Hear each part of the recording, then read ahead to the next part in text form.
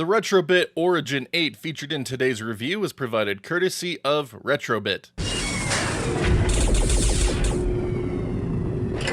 I have been on a journey to get a good wireless controller experience out of my NES for a few years now. It started with the 8-bit DOE retro receiver, which allowed the use of Bluetooth controllers to pair with the NES. And for the most part, it still works great to this day. At times, latency can be a noticeable thing, but overall it doesn't bother me much. When the 8-bit DOE N30 was announced, I was excited to pick it up and get a lower latency experience for the system. Unfortunately, that didn't work out, with the controller becoming an unusable mess within a few months of ownership.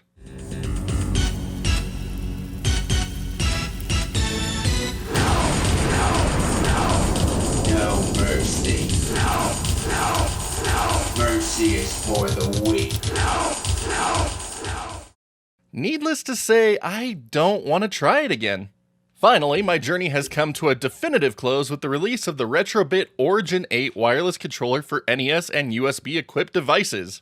I have had the opportunity to try out an earlier build of the controller for months now, and the final retail release version is finally upon us. For the price and features provided, this stands as my definitive way to play NES games wirelessly. The Origin 8 comes in a wonderfully compact NES-inspired box.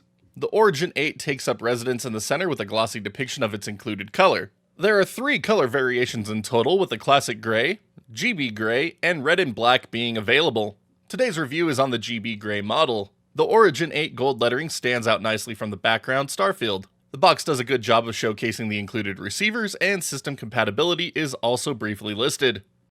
Flipping over to the back, we get a closer look at a few of the finer details of the Origin 8 design and highlights listed in 3 languages. If you can't tell, this box really spoke to me. Inside the packaging, you'll find your Origin 8, NES and USB receivers, USB-C cable, and a quick start guide.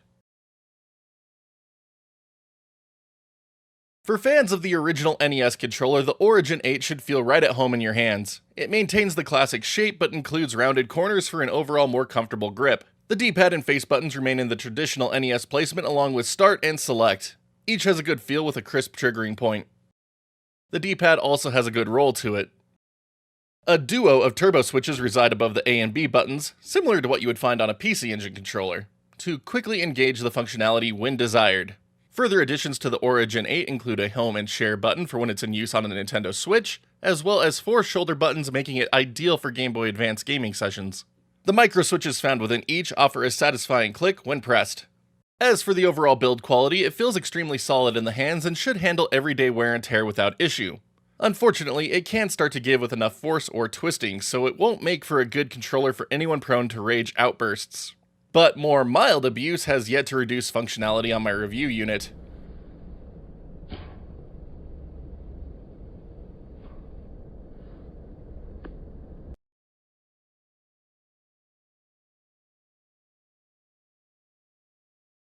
As for the included receivers, the NES one is nice and compact and fits nicely into the NES controller port without issue. It has a sync button on the end, a USB-C port for future updates, and finally an LED will turn on when the system is powered. The USB is the same in design as all previous Retrobit USB receivers, but it does bear the V2 designation for easy identification.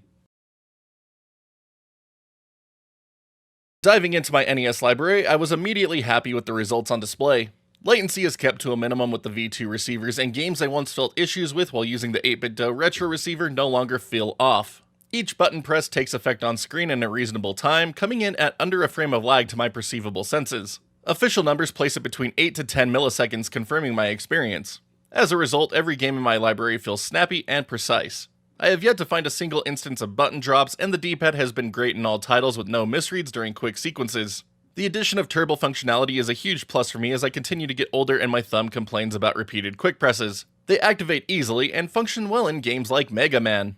While my NES library isn't the most extensive, I have encountered no compatibility issues with any title within it.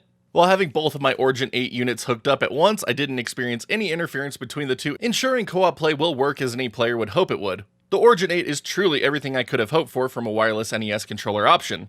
The included USB receiver extends functionality even further, and for fans of the Switch or emulation, it makes the Origin 8 all the more appealing. On Switch, the Origin 8 can be used in the NSO NES app for a great recreation of the feel of playing the classic 8-bit titles contained within. Latency feels a touch more noticeable compared to the real NES hardware, but that comes down to Nintendo's less than stellar emulation.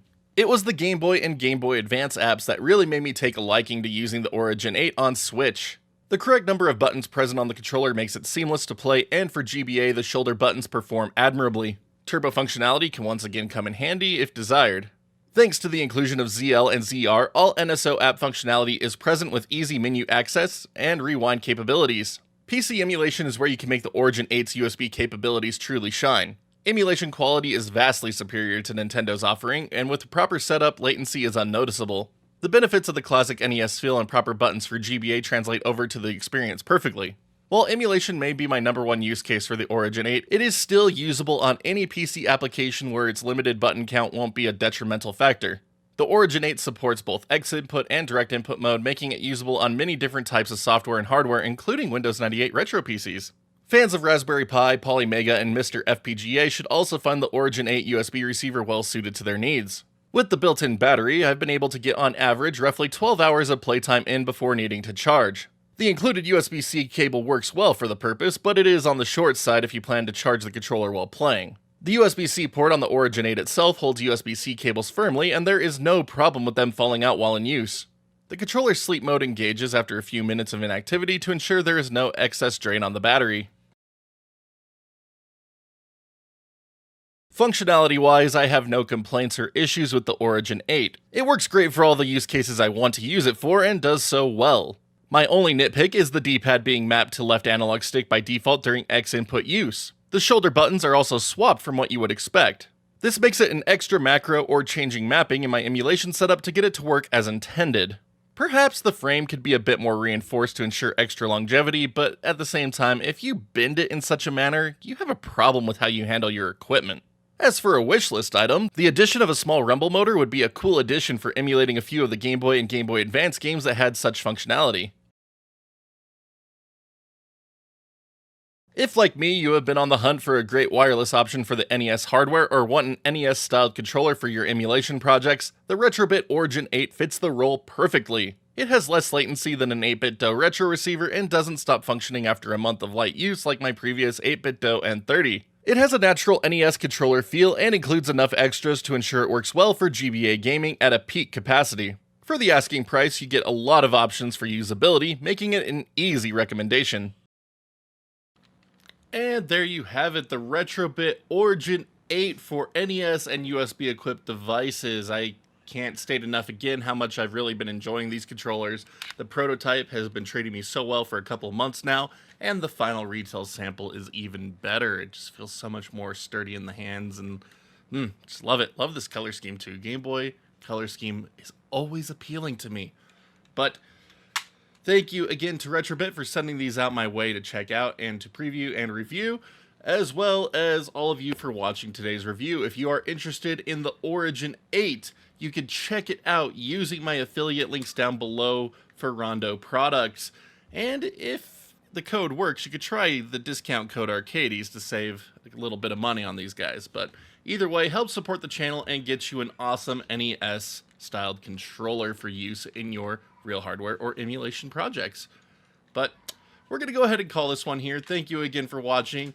Here at the end, the usual favors if you wouldn't mind. Thumbs up, thumbs down, sub button, notification bell, you know the drill. But if you'd also like to help support the channel further, be sure to check out that join button here on YouTube or the Patreon link that'll appear in the bottom right hand corner. Little goes a long way to keeping this place up and running and bringing you all of this content. Big shout out to all of our current backers. Thank you again so much for believing in what we do here and helping us keep it going for so long. Just the truest champs as always.